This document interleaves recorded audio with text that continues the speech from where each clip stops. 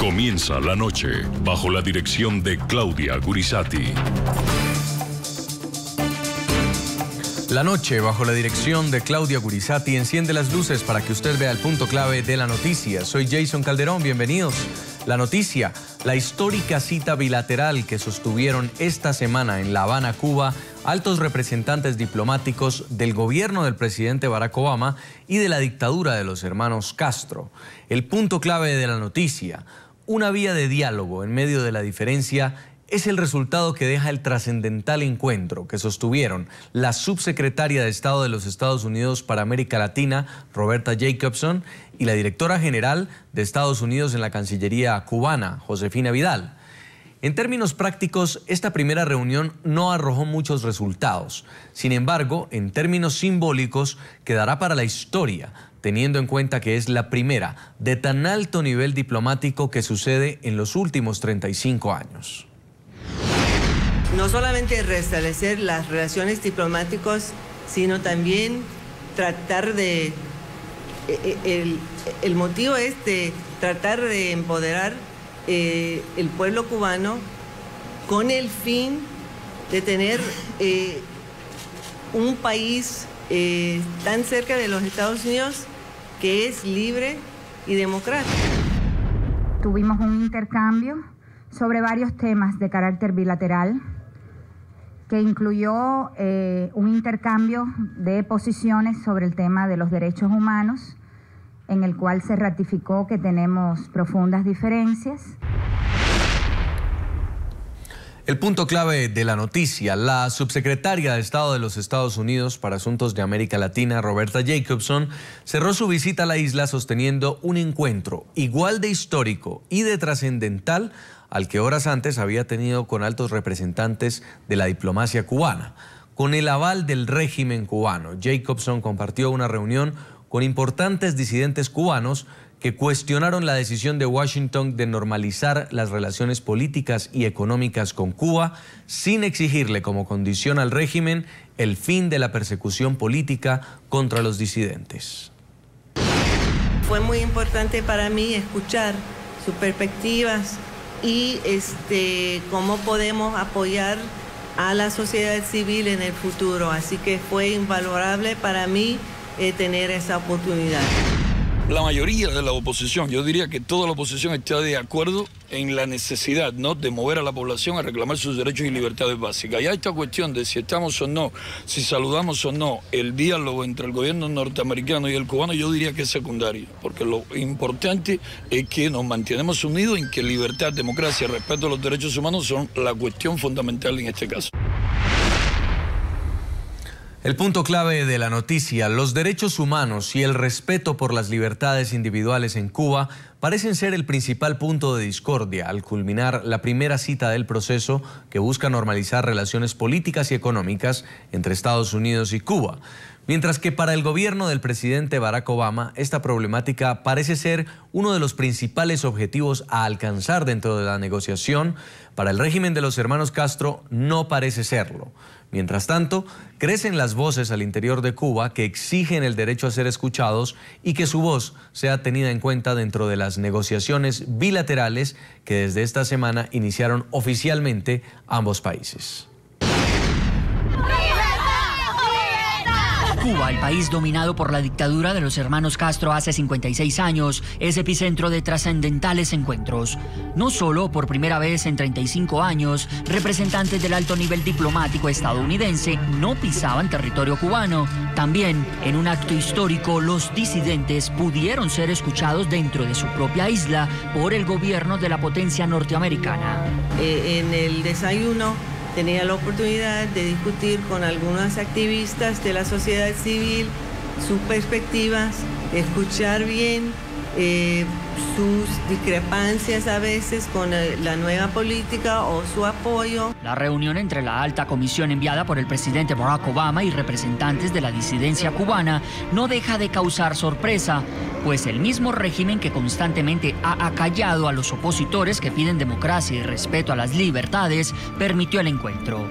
Muy cordial, de gran cercanía humana.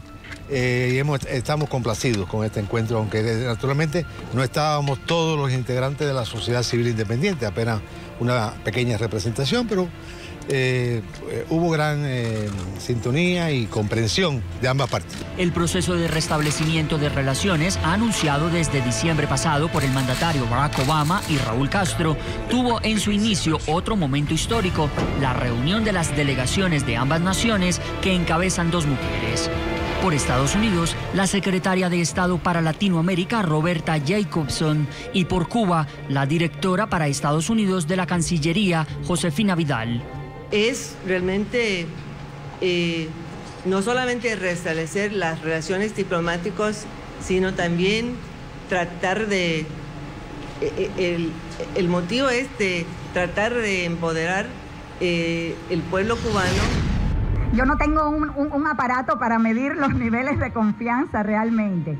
Lo que sí le puedo decir que estamos en un proceso y que ya llevamos un tiempo, los gobiernos de Cuba y Estados Unidos, en que hemos empezado a intercambiar sobre posibilidades de trabajo conjunto en determinadas esferas. En la reunión del jueves, las diferencias que dividen a ambos gobiernos, en especial por el sensible tema de derechos humanos en Cuba, quedaron planteadas.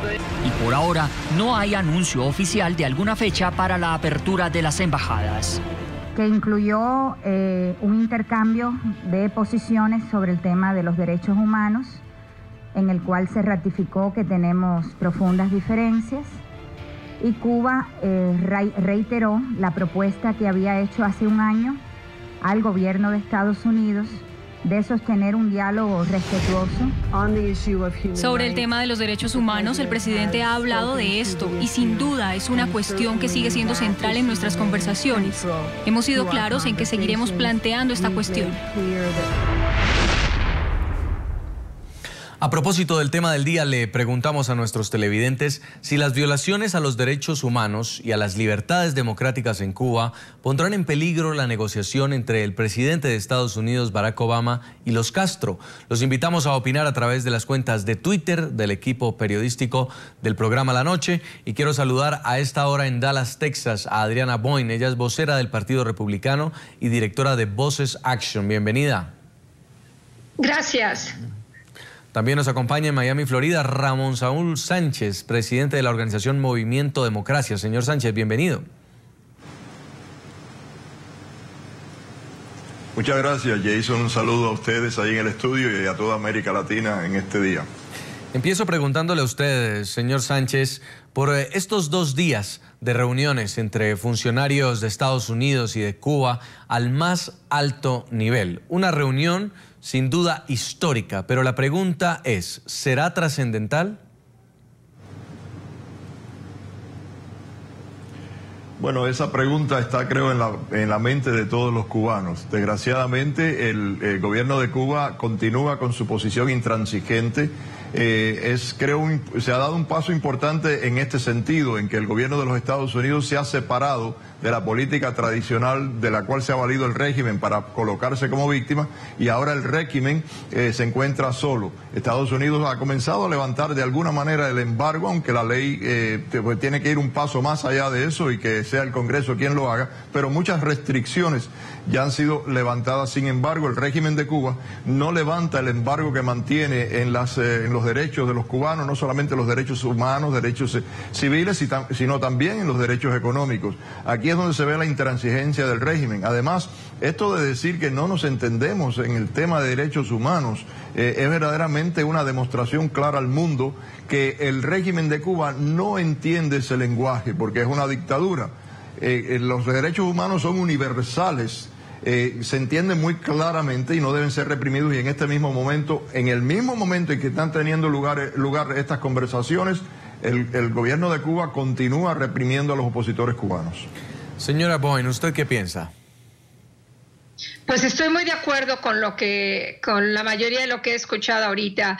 Aunque yo no soy cubana ni tampoco soy emigrante de Cuba, entiendo perfectamente que las relaciones con el régimen de los Castro no debieron de haber sido revisadas y mucho menos normalizadas hasta que Cuba fuera un Cuba libre. Los cubanos no saben lo que es disfrutar de la libertad y realmente el estar haciendo negociaciones de intercambio y de que ya haya embajadas y todo esto es algo que realmente, en el caso de nosotros como norteamericanos, no estuvimos de acuerdo con esta decisión tomada arbitrariamente y unilateralmente por el presidente Obama sin consultar ni siquiera al pueblo cubano-americano de los Estados Unidos. El 38% de los inmigrantes cubano-americanos no están de acuerdo con esto e incluso él no consultó a su propio senador cubano-americano Bob Menéndez, demócrata, que estuvimos muchos en desacuerdo. Entonces creo que esto ha sido más que un show porque Cuba quiere salir a las noticias de una forma pretendiendo que está dando derechos humanos a sus ciudadanos y no es así. Yo no veo un Cuba libre, que es lo que quieren los cubanos.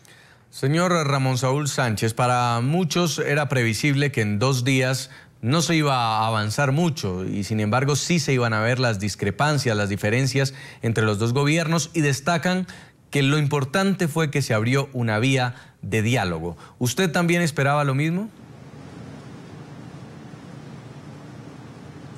Bueno, por supuesto, ¿no? Y espero que pasen muchos días más y no se lleguen a acuerdos, porque simplemente el régimen de Cuba no está dispuesto, no tiene la voluntad política de abrirse a realmente conversaciones que puedan resultar en cambios en Cuba, por lo cual tendrían que soltar el poder o algún grado de poder. Nosotros tenemos que recordarnos que el régimen de Cuba tradicionalmente ha necesitado la posición o la visión de conflicto con los Estados Unidos para poderse presentar ante los cubanos y el resto del mundo como David contra Goliat. Como el Robin Hood que está tratando de salvar al mundo del imperialismo yanqui, etcétera. En este caso, pues los Estados Unidos se han separado de esa política y por lo tanto nosotros vemos esto como algo positivo, que se separe los Estados Unidos de esa política. Eso es positivo porque deja al régimen de Cuba desnudo políticamente ante el mundo y entonces se ve quién verdaderamente tiene el bloqueo sobre los derechos de los cubanos. Ahora bien, dicho esto, también hay que analizar otras cosas. Probablemente la motivación del gobierno de los Estados Unidos en iniciar este paso tiene que ver con la intención que tienen Rusia y China de establecerse en Cuba, como lo hizo una vez Rusia, y en esto le preocupa mucho a los Estados Unidos. En segundo punto, tener una mejor relación con el régimen de Cuba probablemente le facilitaría entrar más rápidamente en un diálogo más amplio con América Latina, la cual desgraciadamente muchas veces el gobierno de los Estados Unidos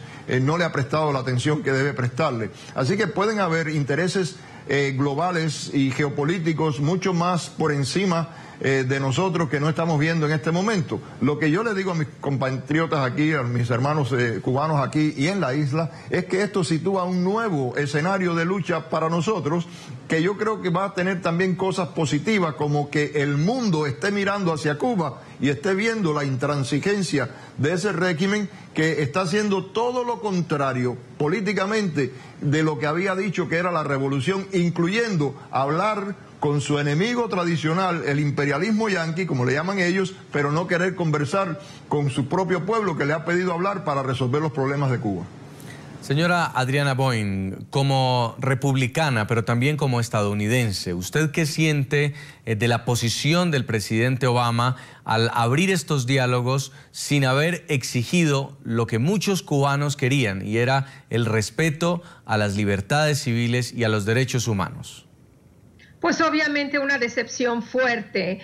Sabemos que este es un presidente que le gusta trabajar precisamente con el modelo de Castro. En lugar de que nosotros, los estadounidenses, enseñemos lo que es libertad de expresión, libertad religiosa, libertad de prensa, que es lo que tienen que aprender en Cuba los castristas, ha sido lo contrario, fue sobajarse. Ese intercambio de prisioneros de 3 criminales por un inocente fue total. Y como lo dije anteriormente, el presidente actuó sin consultarlo con su Congreso, ni siquiera con su senador demócrata. Eso realmente nos tiene indignados, pero a mí me duele porque aunque yo no sea cubana, como ser humano, como hispanoparlante, como latina, yo sé que los cubanos, los que conozco, todos ellos quieren que su país sea libre. Entonces, no puede haber una negociación o esta clase de diplomacia si los Castro continúan al mando.